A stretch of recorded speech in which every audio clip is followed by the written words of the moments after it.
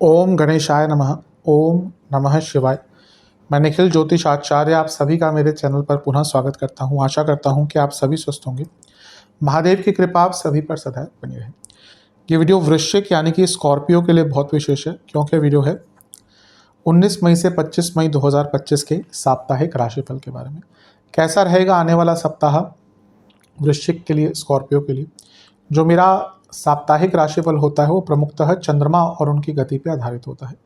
चंद्रमा एक ऐसे विशेष ग्रह हैं जो बहुत तेज़ गति से भागते हैं और 2.25 से 2.5 दिन में अपनी राशि बदल लेते हैं।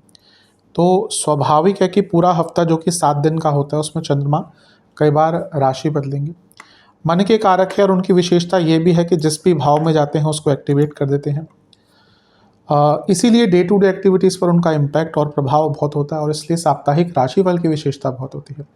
क्या प्रभाव रहेगा हमारे जीवन में या सबके जीवन में आने वाले सप्ताह में ग्रहों का, चंद्रमा की गति का, इसका विवेचन करने के लिए, इसको समझने के लिए, ज्योतिष के माध्यम से थोड़ी गाइडेंस प्राप्त करने के लिए ये साप्ताहिक राशिफल अति विशेष होता है। यदि आपकी लग्न राशि या चंद्र राशि वृश्चिक है, दोनों ही गाइडेंस के लिए इस राशिफल को देख सकते हैं। जहाँ से आपको ज़्यादा सूट करता है, लेट करता है, वहाँ से इसको ऑब्जर्व कीजिए। व्यक्तिगत तौर पर मेरा मानना है लग्न राशि से देखेंगे तो अच्छा, इनकेस नहीं पता तो आप अपनी चंद्र राशि से भी इसको ऑब्जर्व कर सकते हैं। शुरू करते हैं। चंद्रमा आपके 10वें भाव यानी कि कुंभ में प्रवेश कर जाएंगे। ये होगा 20 मई को सुबह के 5 से 6 बजे के आसपास। देखिए, जब तक चंद्रमा मकर में थे तब तक का तो हम डिस्कस कर ही चुके थे। तो 19 मई को पूरा दिन चंद्रमा मकर में ही रहेंगे, तो जब उनका अगला गोचर होगा वहीं से स्टार्ट करते हैं। तो 20 मई को उनका गोचर होगा सुबह और वो आपके चौथे घर में आ जाएंगे। चौथे घर के चंद्रमा मिश्रित प्रभाव देते हैं, कारको भावनाशय दोष लगता है। अब वो भाग्येश हैं आपके और अपने से अष्टम भाव में बैठ गए। ये अवश्य बताता है कि भाग्य कुछ अटक रहे कामों को पूर्ण करने में मदद करेगा। यहाँ पर उन पर मंगल की दृष्टि है जो खुद आपके लग्नेश हैं और आपके छठे घर के स्वामी भी हैं। तो ये भी इंडिकेट कर रहा है उपचय भाव का स्वामित्व तो भाग्य स्थान में बैठे हैं, लग्नेश हैं, यानी कि कुछ रुकावटें जो आ रही थी, करियर हो, बिजनेस हो, पैसा हो या कुछ और चीज़ें हो, उनमें आपको एक पूर्णता मिल सकती है। यहाँ पर गुरु का प्रभाव भी है और गुरु क्या है, आपके धनेश भी हैं, पंचमेश भी हैं और अभी अभी अष्टम में प्रवेश करे हैं। ये अचानक से बड़े धन की प्राप्ति, एंसेस्ट्रल प्रॉपर्टी का कुछ लाभ और कुछ हिडन इनकम वगैरह दिखाता है। ये सब बहुत अच्छा है। बुरा क्या है, चौथे घर के चंद्रमा और कारको भावनाशाय दोष, ऊपर से राहु यानी कि ग्रहण दोष। इससे क्या होता है कि व्यक्ति इमोशनल लेवल पर अनअवेलेबल हो जाता है, अंडर कॉन्फिडेंट हो जाता है और इसके साथ ही मेंटली बहुत इनकंसिस्टेंसी रहती है। तो ये हफ्ते का जो शुरुआती भाग है मानसिक दृष्टिकोण से थोड़ा सा तंग करेगा।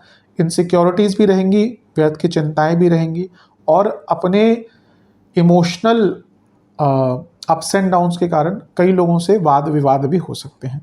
क्योंकि मंगल का प्रभाव है और राहु साथ में बैठे हैं, ये अपने आप में उग्रता दर्शाता है। तो एग्रेशन बहुत ज़्यादा हो सकती है। ये एग्रेशन कहीं ना कहीं तंग करेगी। नवांश कुंडली बता रही है कि थोड़ा फ्रेंडली माहौल रखेंगे, फ्रेंडली तरह से बातचीत करेंगे, बहुत हेल्प करेगा आपको। दशांश कुंडली कार्य क्षेत्र में थोड़ी सी सत्यता के साथ अपने काम को कीजिएगा, शॉर्टकट्स लेने की कोशिश मत कीजिएगा। बिजनेस का जहाँ तक बात है, बिजनेस में अगर आप मार्केटिंग वगैरह पर थोड़ा सा ध्यान देते हैं तो काफ़ी अच्छा रहेगा। लव लाइफ में एक ही चीज़ कहूँगा कि बहुत अनिश्चितता दिख रही है, जिसके कारण आपको थोड़ा सा अपने जीवन में कम्युनिकेशन बेटर करना पड़ेगा। दोनों के बीच में बहुत अनसर्टनिटी है। वैवाहिक जीवन पेशेंटली चीज़ों को हैंडल कीजिएगा। स्टूडेंट्स की जहाँ तक बात है, हर चीज़ पर रिएक्ट मत कीजिएगा, वही आपके लिए अच्छा रहेगा। जहाँ तक सेहत का दृष्टिकोण है, पेट के रोग बने रहेंगे, बीपी की प्रॉब्लम तंग करेगी। सर्वाष्टक में आपका छठा भाव बली है, कोई प्रॉपर्टी संबंधित लीगल केस अटक रहा था, उसमें पूर्णता आपको प्राप्त हो सकती है। 22 मई दिन के 1 बजे के आसपास चंद्रमा आपके पंचम भाव में आ जाएंगे, यानी कि मीन में, और 24 मई दिन के 2 बजे तक यहीं पर रहेंगे। चंद्रमा का पंचम में आना अच्छा ही होता है, वो क्योंकि आपके भाग्येश हैं और अपने से नवम भाव में बैठे हैं। ये अपने आप में भाग्य योग भी बनाता है, ये अपने आप में लक्ष्मी योग भी बनाता है, क्योंकि लक्ष्मी स्थान का स्वामी लक्ष्मी स्थान में है। बहुत अच्छा है। गुरु से केंद्र में है तो गजकेसरी योग बन गया, अचानक से बड़े धन की प्राप्ति। उच्च के शुक्र के साथ हैं जो आपके बिजनेस के भाव के स्वामी हैं और सप्तम से 11वें में बैठे हैं चंद्रमा। बिजनेस करते हैं तो बहुत कोई बड़ा काम। शनि के साथ बैठे हैं जो चौथे और 12वें घर के स्वामी हैं। चौथे से दूसरे में चंद्रमा है और शनि जो है चौथे और चौथे से 12वें के स्वामी हैं। कोई प्रॉपर्टी नहीं बिक रही थी, यहाँ पर प्रॉपर्टी आपकी बिक सकती है। और क्योंकि 12वें घर के स्वामी के साथ भी हैं शुक्र जो उच्च की अवस्था के हैं, और जो चंद्रमा है वो नवम के स्वामी, यानी कि विदेश संबंधित काम भी आपके पूर्ण होंगे। तो हफ्ते का जो मध्य भाग है ये बहुत क्रिएटिव और प्रोडक्टिव आपके लिए दिख रहा है। बस एक ही दुविधा है कि चंद्रमा जब आ गए शनि के साथ तो क्या बनता है, विषदोष। और ये विषदोष ओवर थिंकिंग, नेगेटिव थिंकिंग और हाइपोथेटिकल सिचुएशन, इन सबको बढ़ोतरी देता है या इन सब में बढ़ोतरी करता है। तो यहाँ पर थोड़ा सा ध्यान देना पड़ेगा आपको। अदरवाइज ये जो समय है कहीं ना कहीं धन की पूर्ति के लिए बहुत अच्छा है। नवांश कुंडली बता रही है कि जो सिचुएशन है उसको एक्सेप्ट करके आगे बढ़िए। अभी लगता है कि आप डिल्यूजन में रह रहे हैं, नहीं ऐसा नहीं हो सकता। एक्सेप्टेंस बहुत इंपॉर्टेंट होती है। दशांश कुंडली कार्य क्षेत्र में कुछ गलतियां हो रही थी उनको सुधारने का मौका मिलेगा। बिजनेस की जहाँ तक बात है बहुत पैसा आएगा, बहुत नए काम मिलेंगे। आपको थोड़ा सा अपने दिमागी बंधनों से निकलना पड़ेगा। जहाँ तक लव लाइफ की बात है इमोशनल डिस्कनेक्ट रहेगा। चंद्रमा शनि के साथ हैं पंचम में, तो क्या होगा ना कि एक दूसरे को समझ नहीं पाएंगे, एक इमोशनल डिस्कनेक्ट दिख रहा है।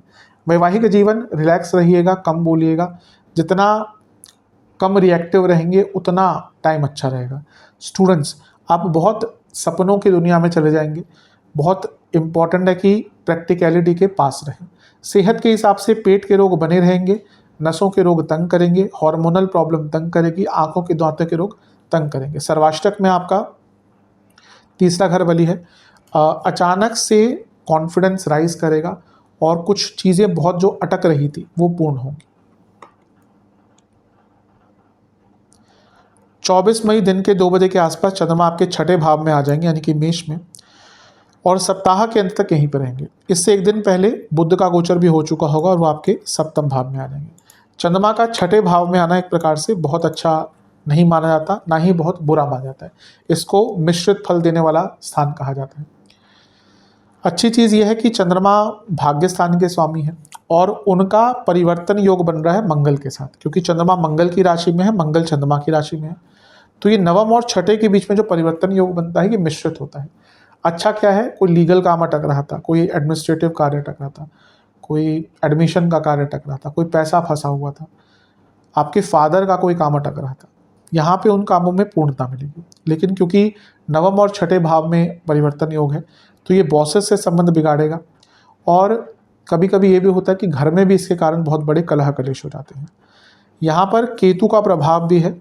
छठे घर में चंद्रमा है और केतु का प्रभाव, आप बहुत ऐसी चीज़ें सोचना शुरू कर देंगे जिनका आपकी वास्तविक जीवन से कुछ भी लेना देना नहीं है, और अपने इस सोच के कारण अपने आप को ही दुविधा में डालेंगे। कम सोचिएगा, फ्रस्ट्रेशन बहुत रहेगा, इरिटेशन बहुत रहेगा और ये चीज़ें अवश्य आपको तंग करेंगी। यहाँ पे चंद्रमा पापकर्तरी में भी है क्योंकि एक साइड सूर्य है एक साइड शनि है, तो ये जो पापकर्तरी योग है और मंगल के साथ परिवर्तन योग है और छठे घर में चंद्रमा, ये सारी ही चीज़ें गुस्सा, फ्रस्ट्रेशन, इरिटेशन बहुत बढ़ा देता है। इस पर अवश्य आपको कंट्रोल करने की आवश्यकता है। जहाँ तक नवांश कुंडली की बात है, अपने आप को थोड़ा सा री एनर्जाइज कीजिए, अपने मेंटल स्टेट को री एनर्जाइज कीजिए, आवश्यकता है। मे भी एक ब्रेक ले लीजिए, मे भी कुछ अलग चीज़ कीजिए। दशांश कुंडली कार्य क्षेत्र के हिसाब से आपको थोड़ा खुल के आना पड़ेगा सामने। ऐसा लगता है कि आप अपने आप को ही कहीं रोक लेते हैं और इसके कारण ना आप आगे नहीं बढ़ पा रहे। आपके अंदर बहुत कैपेबिलिटी होते हुए भी आप आगे नहीं बढ़ पा रहे। लव लाइफ की जहाँ तक बात है, बिजनेस की जहाँ तक बात है, कुछ बड़े डिसीजंस लेने पड़ेंगे अगर आगे बढ़ना है तो, कुछ बड़े और टफ डिसीजन लेने पड़ेंगे। लव लाइफ थोड़ा सा सकारात्मकता लाइए, ऐसे लगता है कि चीज़ें बहुत नकारात्मक स्वरूप ले लेती हैं बहुत जल्दी और इसलिए तंग ज़्यादा होते हैं। वैवाहिक जीवन की जहाँ तक बात है, पुरानी बातों पर बहुत बड़े झगड़े हो सकते हैं। बिल्कुल भी पुरानी बातों को टच भी मत कीजिएगा। स्टूडेंट्स के लिए बहुत अच्छा, स्टूडेंट्स के लिए कोई बहुत अच्छी न्यूज़, कोई कॉम्पिटिटिव एग्जाम है, मंगल के साथ परिवर्तन योग बन रहा और छठे घर में चंद्रमा है, बहुत अच्छा है। सेहत के दृष्टिकोण से कफ रोग बढ़ेंगे, डाइजेस्टिव प्रॉब्लम रहेगी, स्मॉल इंटेस्टाइन या जिनको कोलाइटिस आदि की प्रॉब्लम है, कोई बहुत बड़ा मेटाबॉलिक डिसऑर्डर है, उनकी दिक्कतें बहुत रहेंगी। खाने पीने को लेकर बहुत केयरफुल रहिएगा। सर्वाष्टक के अनुसार आपका तीसरा घर बली है। हफ्ते का अंतिम भाग आपके अंदर एक मानसिक और शारीरिक दृढ़ता रहेगी अपने कार्यों को पूर्ण करने के लिए।